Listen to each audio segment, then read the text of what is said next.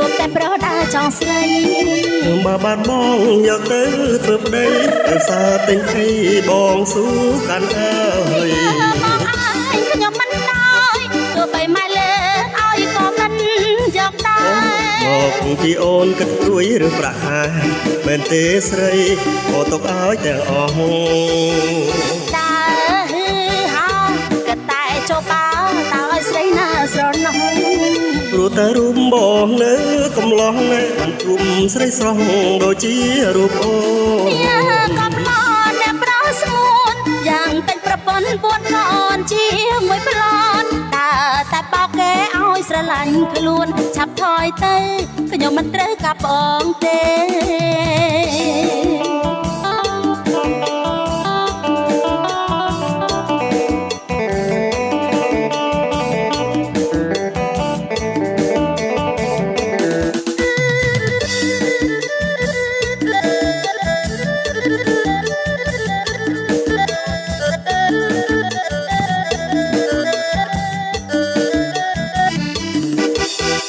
ខ្ញុំសែនស្អប់ចេះតែជំពប់ជួបតែប្រុសដែរចង់ស្រី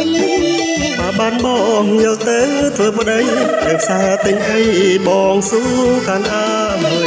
បងអើយខ្ញុំមិនដោយទោះបីម៉ែលើឲ្យក៏មិនយកដែរមកពីអូនគិតព្រួយរឿងប្រាក់ហាមែនទេស្រីបងទុកឲ្យទាំងអស់ដើរហោក៏តែចុះបើតើស្រីណាស្រណោះព្រោះតែរូបបងនៅកំឡោះណែបានជុំស្រីស្រស់ដូចជារូបអូកំឡោះអ្នកប្រោស្ងួនយ៉ាងតិចប្រពន្ធពួនកូនជាមួយប្លន់តើតែបោកគេឲ្យស្រឡាញ់ខ្លួនឆាប់ថយទៅខ្ញុំមិនត្រូវកាប់បងទេ